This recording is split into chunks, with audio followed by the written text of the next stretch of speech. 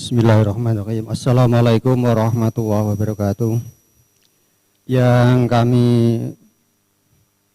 banggakan anak-anak kelas 9 yang berbahagia, pada kesempatan siang ini kita mulai belajar kembali pelajaran ilmu pengetahuan sosial kelas 9 yang kemarin baru prolog atau pendahuluan.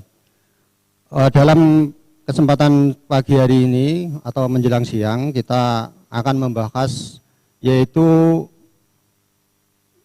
interaksi antara negara Asia dan negara lainnya. Tentunya kemarin sudah kita singgung sedikit tentang materi itu, yaitu kita melihat dalam deskripsi yang mungkin sudah anak-anak terima, yaitu yang pertama kaitannya dengan sub pertama yaitu masalah pengertian benua. Memang bumi kita terdiri dari beberapa benua, di mana asal mula benua memang banyak sekali pendapat-pendapat yang berbeda-beda. Tentunya ini saya garis bawahi, mungkin anak-anak yang notabene di madrasah, ya salaf. Untuk yang IPS ini mungkin pengertian benua itu kita pahami sebagai pengetahuan karena banyak pendapat-pendapat dari Barat atau Eropa yang mungkin bertentangan dengan Islam. Makanya ini nanti supaya nanti anak-anak tidak bias, tidak bingung loh kok beda dengan yang kita pelajari dalam Islam atau Al-Quran. Kita mulai yang pertama, pengertian benua yaitu gambaran permukaan bumi atau daratan yang sangat luas yang dikelilingi oleh samudra. Ini pengertian secara umum dari benua. Kalau yang kedua yaitu pulau, itu daratan yang sifatnya lebih kecil yang dikelilingi oleh laut. Ini pulau. Lalu yang ketiga yaitu samudra. Samudra itu hamparan air laut yang sangat luas yang mengelilingi daratan. Kalau laut itu adalah kumpulan air asin yang jumlahnya tidak terlalu besar sebagaimana samudra. Terus tentang teori benua, ini memang dalam pengetahuan kita di buku anak-anak mungkin di situ yang di dalam pelajaran, ini ada beberapa pendapat dari Eropa yang mungkin untuk pendapat ini dilihat dari Al-Quran memang tidak sesuai. Yang pertama ada yang berpendapat yaitu bernama Alfred L. Winger. Itu dia berpendapat melalui teori apung di mana benua itu asal mulanya adalah Pangea. Pangea dari bahasa Yunani yang artinya pan dan Gaia. Pan artinya keseluruhan, Gaia daratan. Menurut Alfred inilah mengatakan bahwa benua itu asalnya satu benua besar yang lama-kelamaan pecah, terapung, dan malah kalau saya baca dari buku yang lain, dia berpendapat asal mula benua itu katanya uap yang menggumpal di lautan, terus terbawa oleh alam, sehingga terjadilah pecah, sehingga menjadi beberapa bagian. Maka tentang benua ini ada yang mengatakan benua ada 6, ada yang mengatakan 5, ada 7, tapi yang paling kuat itu memang 6. 6 itu ada 5 benua yang telah ditempati oleh manusia, yaitu yang pertama benua Asia. Ini benua yang paling luas dan paling terpadat di dunia. Itu yang kedua benua Amerika. Ini luasnya juga nomor 2. Terus yang nomor 3 benua Afrika. Ini yang luas. Yang keempat, kalau dilihat dari luas ini benua Antartika. Cuma benua Antartika ini belum ada penduduknya lah. Memang ada tapi orangnya sedikit, maka dikategorikan belum ada, yaitu orang Eskimo. Yang kelima yaitu benua Eropa. Yang keenam adalah benua Australia. Ini yang paling kuat tentang benua. Terus yang kedua, cuman teori dari Arvet ini banyak yang juga tidak setuju setelah ditemukannya namanya teori lempeng batuan, di mana dia berpendapat bahwa asal mulanya bumi itu bukan dari gumpalan yang maha besar, tapi asal mulanya dari pergeseran dari batuan-batuan. Terus yang selanjutnya untuk materi, sepintas tentang benua kita bahas, mungkin tidak sedetail yang mungkin dalam buku karena keterbatasan waktu. Yaitu saya secara global yaitu tentang Asia. Benua Asia ini terdiri dari beberapa bagian, yaitu diantaranya satu, Asia dibagi menjadi Asia Tenggara, mungkin tempat kita termasuk wilayah Indonesia dan tetangga-tetangganya itu ada Thailand, Malaysia, Singapura, Brunei, Filipina, Timor Leste, Kamboja, terus Myanmar, Laos. Yang ada yang kedua Asia Timur, yaitu daerahnya Tiongkok atau Cina, Jepang, Korea Selatan, Korea Utara, termasuk Hong Kong atau Taiwan itu. Terus Asia Selatan ini bloknya dari India, ada Bangladesh, ada Pakistan, ada Nepal dan lain-lainnya itu. Terus yang Asia Tengah termasuk bloknya Turkmenistan, Kazakhstan, Tajikistan dan seterusnya. Terus Asia Barat itu bloknya mayoritas yang negara Arab atau negara Islam, antara lain Arab Saudi, Irak, Iran, Uni Emirat Arab dan lain-lain. Terus ada Asia Barat ini, Asia Utara itu hanya satu, yaitu Rusia. Itu beberapa bagian dari wilayah benua Asia. Ditambah sedikit lagi secara karakteristik benua Asia, yang pertama karakteristiknya yaitu benua paling luas, paling subur dan paling banyak penduduknya. Yang kedua, benua Asia merupakan tempat lahirnya semua agama, baik agama Samawi maupun Ardi, yaitu Islam, yang Samawi Islam, Nasrani atau Kristen, terus Yahudi. Yang kedua yaitu agama Ardi, Buddha, Hindu, Konghucu, Tao dan lain-lain itu termasuk agama ini juga di Asia. Yang ketiga yaitu tempat lahirnya para nabi. Semua nabi lahir di Asia. Nah, jadi nabi Allah semua lahir di Asia. Yang keempat yaitu mempunyai iklim yang paling baik. Cirinya tanahnya subur, iklimnya baik, penduduknya, terus hewannya dan lain-lain cukup besar. Terus pusat dari minyak bumi dunia ya juga di Asia, yaitu di Asia Barat terutama negara Arab. Terus lahirnya kitab suci, tempat teman-teman kitab suci. Terus penduduk terpadat di dunia. Terus yang ketiga, yang selanjutnya yaitu mempunyai beberapa pergunungan yang tinggi, salah satunya yaitu pegunungan puncaknya yaitu Everest, kalau gunungnya Himalaya.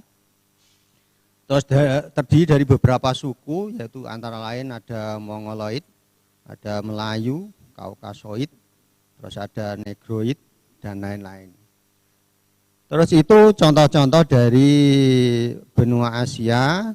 Terus tambahan sedikit, yaitu karakteristik Asia merupakan satu-satunya benua yang menerima panas sepanjang tahun dengan intensitasnya panasnya tidak terlalu tinggi seperti di Afrika. Jadi panasnya memang tinggi, lumayan panas tapi tidak seperti di Afrika. Airnya pun lumayan baik dibanding benua-benua lainnya, maka tidak heran kalau di Asia ini banyak negara-negara yang kepingin menjajah di Asia, termasuk negara-negara Barat. Itu ya sepintas untuk materi, ya mungkin nanti kalau anak-anak kurang jelas bisa ditanyakan.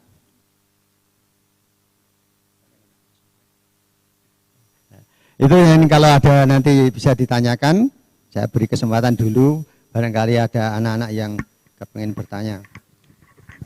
Ya anak-anak untuk kelas 9 yang mungkin kurang memahami materi yang disampaikan bisa ditanyakan lewat chat maupun hand raise.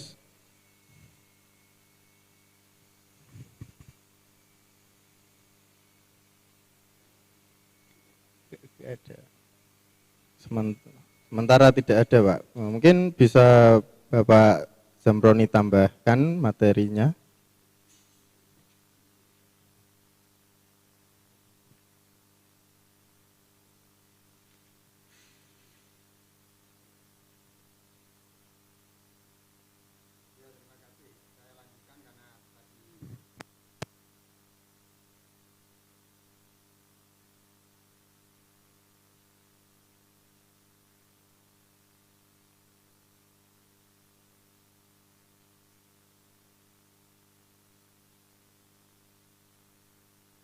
Terus saya mulai lanjutkan kembali karena ada ya bertanya.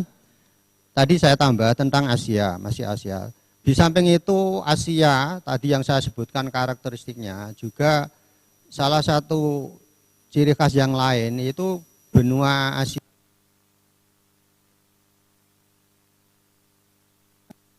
yang ada di sebelah selatan kita Indonesia. Mungkin secara umum Samudra Hindia ombaknya adalah tenang, maka tidak heran kalau banyak negara-negara lain yang berlayar di Samudra Hindia. Terus yang kedua yaitu diapit oleh Samudra Atlantik, Pasifik. Ya, yang kedua Pasifik. Pasifik ini merupakan samudra paling besar, paling luas dan paling dalam di dunia, yaitu wilayahnya di bagian utara ke timur, yaitu arahnya negara Jepang. Ini merupakan samudra yang paling kaya akan kekayaan laut. Maka tidak heran kalau di Samudra Pasifik inilah negara-negara besar seperti Cina, Jepang, Amerika, yang mungkin termasuk Amerika maupun Jepang memang mempunyai wilayah tersebut itu sering mengadakan ekspansi, penjelajahan ke sana untuk mendapatkan hasil dari kekayaan laut.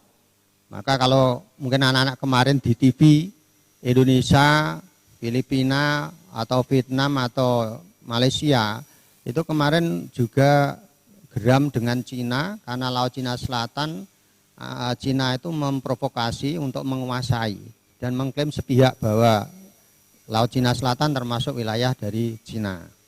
Itu yang kemarin Indonesia pun sama untuk menyiapkan ke sana.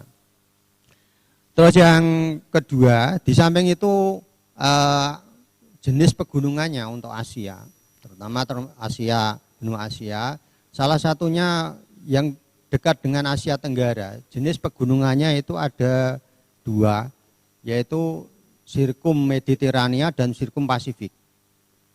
Di mana untuk Sirkum Mediterania adalah jenis pegunungan yang masih satu rentetan dengan benua di Asia, contohnya Indonesia. Indonesia itu Sumatera, Jawa, Kalimantan, itu jenis pegunungannya satu daratan dengan benua Asia yang kita sebut Mediterania. Kalau yang Pasifik itu wilayah Sulawesi, Papua, itu satu rentetan dengan Samudra Pasifik. Maka dengan dua jenis pegunungan itu di Asia, mungkin negara-negara untuk seperti Cina, terus Asia Tengah, Asia Timur kecuali Jepang, itu mungkin gempa dan gunung meletus lebih sedikit dibanding negara Jepang yang ada di Samudra Pasifik, termasuk Indonesia dan Amerika, bahkan Filipina. Tapi semuanya itu ya ada manfaatnya, ada mandorotnya. Jadi kalau Samudra Pasifik walaupun banyak gempa, banyak gunung meletus, banyak angin, itu manfaatnya juga banyak. Salah satunya kaya akan kekayaan laut. Yang kedua, banyak sekali sumber daya laut, ikan, mineral, dan lain-lain. Terus kalau yang Mediterania itu memang di sisi lain ada baiknya, ya ada gempa, ada gunung meletus, tapi jumlahnya tidak terlalu besar sebagaimana Sirkum Pasifik. Nah, dampak positifnya untuk Mediterania antara lain tanahnya subur, terus hutannya baik sekali, kekayaan perkebunan atau hutannya sangat besar. Terus yang selanjutnya tadi yang belum kita sempat untuk menyinggung masalah Asia, di mana Asia ini termasuk penyumbang penduduk terbesar di dunia, yaitu di mana jumlah penduduk Asia nomor 1 terbesar itu adalah China atau Tiongkok yang mencapai 1 miliar lebih berapa ratus juta itu. Nomor 2 India 1 miliar juga. Nomor 3 Amerika, baru yang nomor 4 Indonesia 260-an atau 265 juta. Ini semuanya di Asia. Terus ya setelah itu baru ada Pakistan, ada Brazil, ada Jepang. Jadi mayoritas 10 besar ini berada di Asia. Terus sumber minyak tadi untuk Asia, walaupun untuk wilayah barat itu sangat tandus, memang untuk Asia banyak sekali memunculkan atau menghasilkan minyak bumi. Bahkan untuk minyak bumi terbesar memang di benua Asia, terutama Asia Barat. Terus yang nomor 2 baru Amerika. Nah, ini termasuk salah satu kekayaan. Terus yang selanjutnya karakteristik Asia merupakan pusat peradaban dunia zaman kuno. Kerajaan sebelum Masehi, contohnya Firaun itu memang sebagian di Afrika, yaitu Mesir. Cuman untuk yang Irak dan Iran, yaitu Timur Tengah, itu juga mempunyai peradaban tertua di dunia, yaitu yang kalau dulu namanya Makedonia, itu sebelum Masehi. Maka tidak heran sampai hari ini peninggalan sejarah zaman kuno di Asia masih cukup besar. Kenapa? Karena beratus-ratus tahun itu untuk benua Asia menguasai dunia, yaitu melalui kerajaan. Bahkan kerajaan Islam pun berjaya di Timur Tengah sampai ratusan tahun. Yang akhirnya walaupun kalah dengan Eropa itu, tapi itu termasuk prestasi dari umat Islam yang berjaya di Asia bahkan sampai ke Eropa. Terus selanjutnya untuk karakteristik Asia yaitu tadi menerima sinar matahari sepanjang tahun dan curah hujan cukup tinggi, apalagi termasuk Asia Tenggara, Asia Tengah, Asia Selatan, ini juga Asia Timur, ini termasuk curah hujannya tinggi, terus panasnya juga sepanjang tahun, kecuali yang Asia Barat. Asia Barat rata-rata itu curah hujannya lebih rendah karena perbedaan garis lintang dan garis bujur itu. Apalagi kalau dengan Asia Barat itu mendekati dengan garis khatulistiwa. Itu sementara, barangkali nanti ada yang tanyakan. Nah itu anak-anak materi yang disampaikan Bapak Zamroni. Ini tadi Pak ada pertanyaan dari Pondok Raudhatul Muta'alimin. Bertanya berapa jumlah penduduk Indonesia.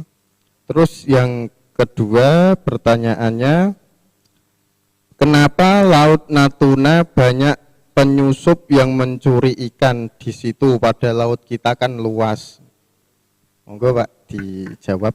Tadi ya terima kasih ya. Yang pertama pertanyaannya yaitu penduduk Indonesia hari ini menurut data pemerintah yang saya ketahui dari media itu sekitar 262 juta. Jadi mungkin data itu ya tidak final, mungkin lebih dari 262 juta. Tapi oleh pemerintah dihitung 262 juta. Ya entah hari ini karena ini ada corona kemarin banyak yang meninggal ya mungkin ya jumlahnya berkurang. Itu yang pertama. Yang kedua tadi pertanyaannya apa Natuna kok banyak mencuri ikan. Kita tahu bahwa Indonesia yang 2/3 itu dikelilingi oleh lautan. otomatis untuk mengawasi lautan ini agak sulit karena keterbatasan dari TNI Angkatan Laut yang jumlahnya tidak sesuai dengan wilayah yang dikelilingi oleh lautan. Sehingga karena tidak ada pengawasan yang ketat, karena TNI-nya kurang, maka mau nggak mau banyak yang nyelundup. Kenapa kok alasannya nyelundup di situ? Karena Natuna itu laut yang paling dekat dengan negara-negara yang dunia besar seperti Cina, Thailand, terus Vietnam, Malaysia, dan seterusnya itu. Dan di situ banyak kekayaan laut, terutama termasuk ikan. Bahkan kemarin juga ada yang kemarin mau diserobot dari Cina, yaitu tambang minyak bumi di Laut Natuna Selatan itu yang milik Indonesia diklaim oleh Cina. Maka kemarin TNI menyiagakan di sana karena Cina akan membangun dari minyak bumi. Nah, itu jawaban dari Bapak Zamroni. Ada lagi, Pak?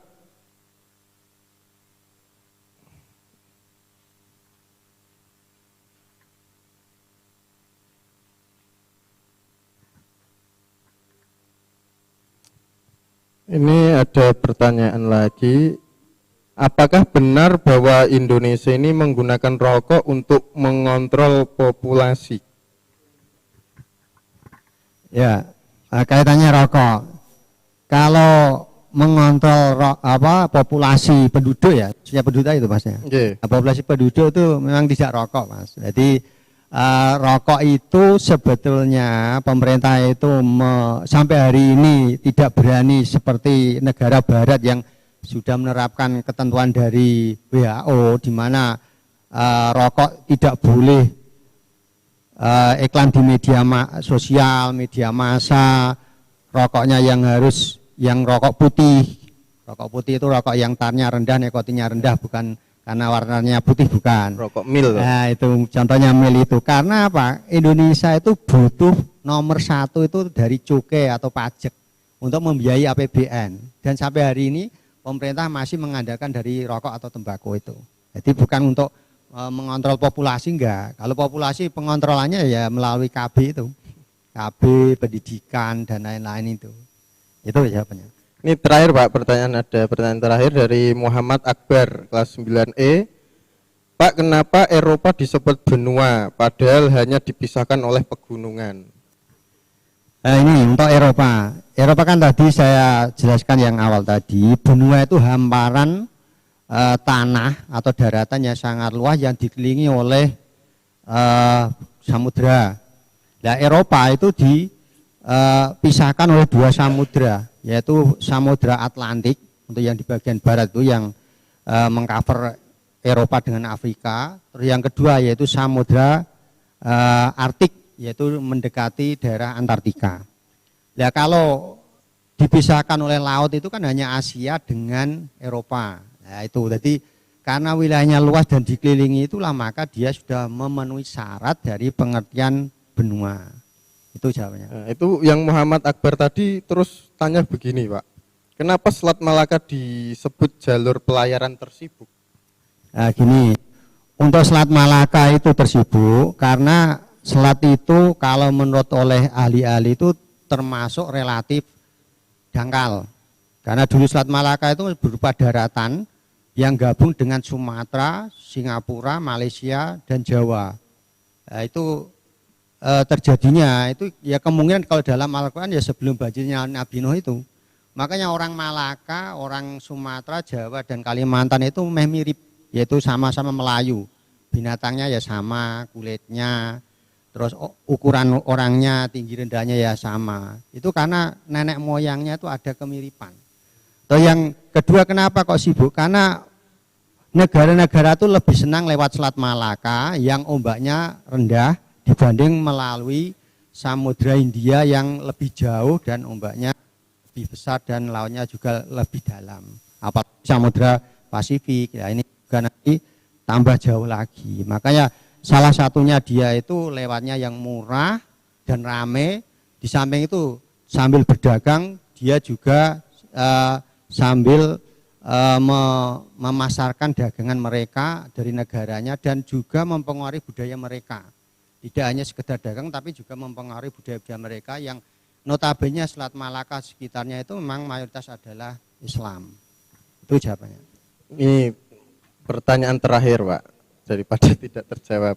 Dari Pondok Pesantren Darun Najah 2 tanya kenapa Timur Leste atau Timur Timur ini memecahkan diri atau pisah dengan negara Indonesia? Ya, untuk Timor Leste itu memang tahun 99, sebenarnya sudah lama, mulai tahun 76 dia itu gabung ke Indonesia resmi, terus melalui pemilu atau jajak pendapat. Tahun 99 ketika ada reformasi, Indonesia itu kacau, terus kelompok-kelompok yang memberontak itu kepengen membuat negara sendiri dan berhasil mendirikan negara yaitu Timor Leste yang akhirnya pisah. Ya masalahnya apa, kenapa kok kepengen misahkan? Alasannya dia merasa gabung dengan Indonesia sudah sekian puluh tahun, zamannya Pak Soeharto atau Orde Baru, wilayahnya yang tidak maju sebagaimana Jawa, Sumatera dan Kalimantan. Sarananya tidak baik, terus pendidikannya tidak baik, ekonomi tidak baik. Dia kepengen membuat negara sendiri. Barangkali nanti kalau membuat negara sendiri akan lebih baik dan akan lebih maju.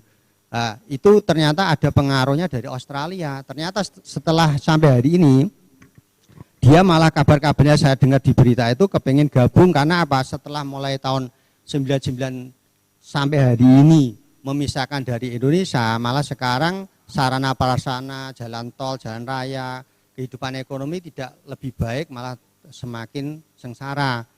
Dia iri terhadap Nusa Tenggara Timur yang tetangganya yang dulu itu sama-sama miskin, tapi sekarang Nusa Tenggara Timur lebih baik dibanding Timor Leste. Tapi pemerintah Indonesia menolak karena dulu kan Indonesia sudah mengeluarkan dana besar, tapi akhirnya Timor Leste pengen misah dengan harapan akan nasib yang lebih baik dengan Australia. Tapi Australia ternyata hanya mengeksplorasi minyaknya tanpa memperhatikan kemajuan wilayah, sehingga sampai hari ini Timor Leste akhirnya kacau dan dia negaranya termasuk menurut saya baca itu negara termiskin.